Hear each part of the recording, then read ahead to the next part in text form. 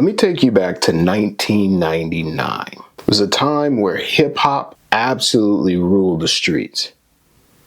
And also a time where what was on your feet was more than just sneakers. It was a massive statement. It was that same year Nike would end up dropping what would become one of their most sought after collaborations, the legendary Wu Tang Dunks. Now those sneakers, they were not just a shoe. No. These sneakers were the stuff of a legend. Primarily, they were attached to one of the biggest hip-hop/rap groups at the time, the Wu Tang Clan. And the initial drop was limited to just 36 pairs, which in turn already made them a holy grail to the sneakerhead community. Now here's the kicker. Nike never actually released these sneakers to the public.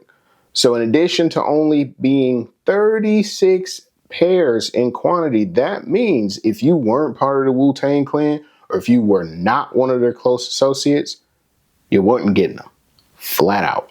And that exclusivity created a mystique that pretty much lives on to this day.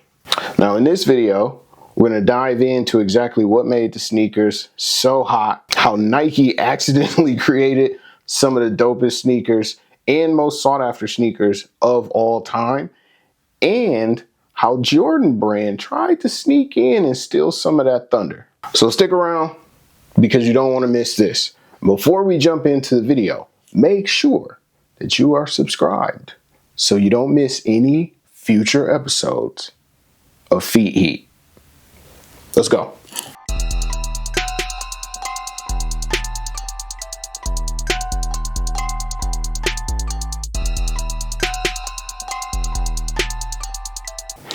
All right, so let's start with the basics. The Nike Wu Tang Dunks, believe it or not, were actually part of a larger release of Nike Dunks called the Be True to Your School pack. Now, the Be True to Your School pack was actually a tribute to college basketball teams. So in this release, Nike slapped really bold, really vivid two-tone colorways on the Nike Dunk silhouette. The Wu Tang Dunks specifically, those are something entirely different. They popped. They maintained the same black and yellow tone as the University of Iowa, but they stood out in one major way. They had that iconic Wu-Tang logo embroidered right on the heel of the sneaker. Now, let's not forget, in the 90s, the Wu-Tang Clan was as big as it could get. They weren't just a rap group. They were a cultural juggernaut. Their influence extended beyond music into the world of fashion, into the world of film, and even into the world of video games. Basically anything with Wu-Tang's name on it was instantly elevated. So you combine that with Nike's meteoric rise towards being the king of sneaker culture at that time specifically, and you got the ingredients for an explosive combo that remains legendary to this day. Now, in the original release, what made these dunks specifically so legendary? 2 words: limited availability. So as I said in the open, if you were not in the Wu-Tang Clan, or if you were not affiliated with the Wu in any kind of way, 0 shot at getting these sneakers. No general release, no second drop, no hope. And back then, nobody really knew how big these sneakers would end up becoming. It just ended up working out. But looking back, it makes perfect sense. It was like the perfect blend of iconic hip hop music and sneaker culture. So the Wu-Tang Dunks were so limited, in fact, that if you were even lucky enough to see a pair in person, like that was something life-changing. Now, before Nike decided to do a re-release just recently, or the last couple of weeks or so, the rarity of this sneaker had resale prices at an all-time high on the OGs.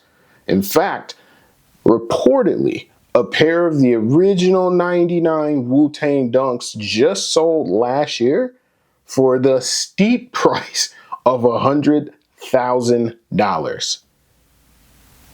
Absolute insanity. Owning a pair was pretty much something that collectors could only dream of until recently. And so, with the Wu Tang Dunks reaching basically mythical status, you would think that Nike would try to capitalize on that, right? Well, yeah, they kind of did. They actually brought in their other golden goose, the Jordan brand, to produce not one, but two pairs of Wu-Tang Dunk knockoffs under the iconic Jordan 1 silhouette. So the first pair that was released were called the Air Jordan 1 Pollen, which maintained a really sleek black and yellow tone, much like the Wu-Tang Killer Bees, but it never quite popped. Like, the shoe looked nice.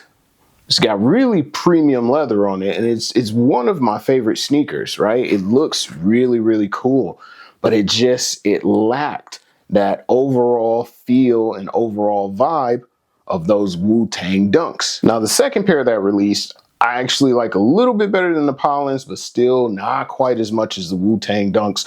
And those were the Jordan 1 Taxi.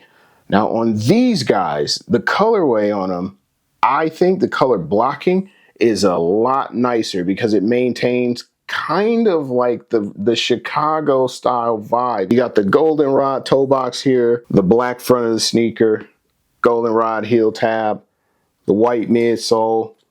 I mean, it's just a gorgeous, gorgeous shoe. Like, I really like this color, but again, man, it just, just lacks. Now, again, on paper, to the average collector, these shoes should have been hits. They should have knocked it out of the park.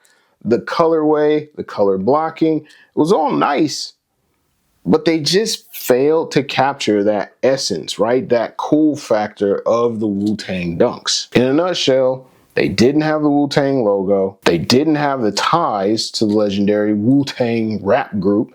And they didn't even have any kind of story. They basically were just shoes. Which brings me to my next point. This is a perfect example of how true sneaker culture isn't just about looks. It's about meaning. See, those Wu-Tang Dunks, they weren't legendary just because they were black and yellow dunks. They were legendary because they represented a explosive moment in time. They were a cultural crossover that flat out couldn't be replicated. So while the Jordan brand's attempt to recreate that magic was solid efforts, they just widely missed the mark. Some things just can't be replicated, and the Wu-Tang Dunks are proof of that. And so I think that's what made the Nike Wu Tang Dunks so untouchable. It's not just the initial rarity of them, although that certainly helps. It's the story.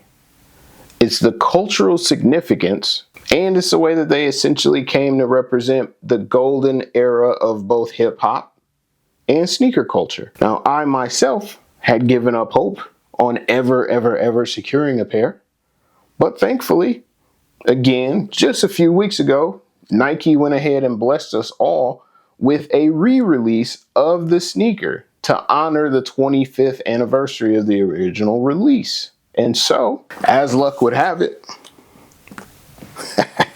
your boy actually picked up a pair. And now, the only time that I ever actually saw these sneakers pretty much was online. Like, I had never seen a pair of these shoes in real life until this very moment.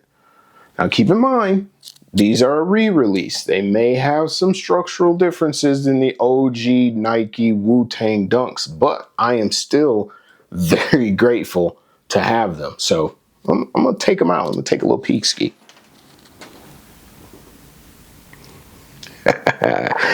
Yeah. So as you can see, the Pollen Jordan 1s actually were really, really close to this, right? They almost nailed the color blocking. The laces, the black, the goldenrod, like it all hits, right? But the one biggest thing that the Jordan brand missed and what made those shoes just shoes, that legendary Wu-Tang logo, both on the heel and on the tongue of the sneaker.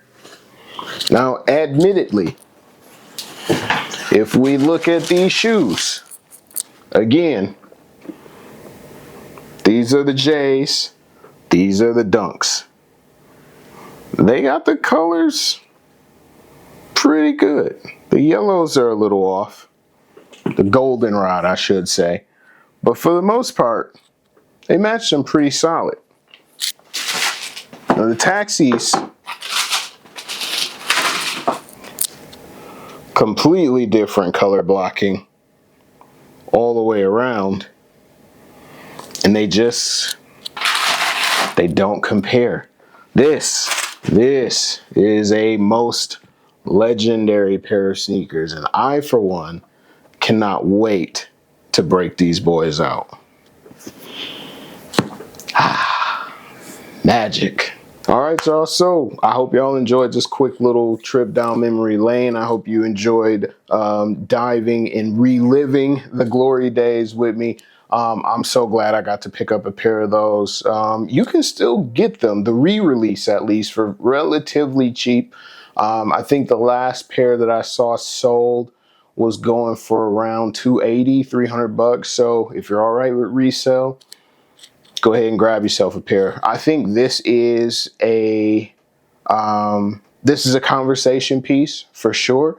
This is one that if you are a big sneakerhead, you gotta have it in the collection. And when I got the chance to get them, I for sure jumped. But let me know your thoughts down in the comments below. If you picked up a pair of these, let me know your feeling. Let me know your story, your history with these shoes. Did you miss out on them the first time? Back in '99, your boy was a freshman in high school and I had no ducats, so I for sure couldn't snag them. But I'm glad, again, that I was able to get this pair in the adult life. This is another one of those pairs of sneakers, like in high school, middle school, you wanted them so bad, but you just, you absolutely knew that there was no chance that you were going to get them because they were so exclusive. And for a while, it looked like they would never see the light of day again. So kudos to the Wu Tang Clan, kudos to RZA, kudos to Nike for bringing out this legendary pair of sneakers again. If you guys enjoyed this video, make sure you give it a thumbs up, hit that like button, and of course, as always, make sure you subscribe to the channel so you don't miss any future videos just like this one, man. I appreciate y'all for checking this one out. I am Rob, aka Robbie Deezle, and I will catch y'all on the next one. Until then, peace.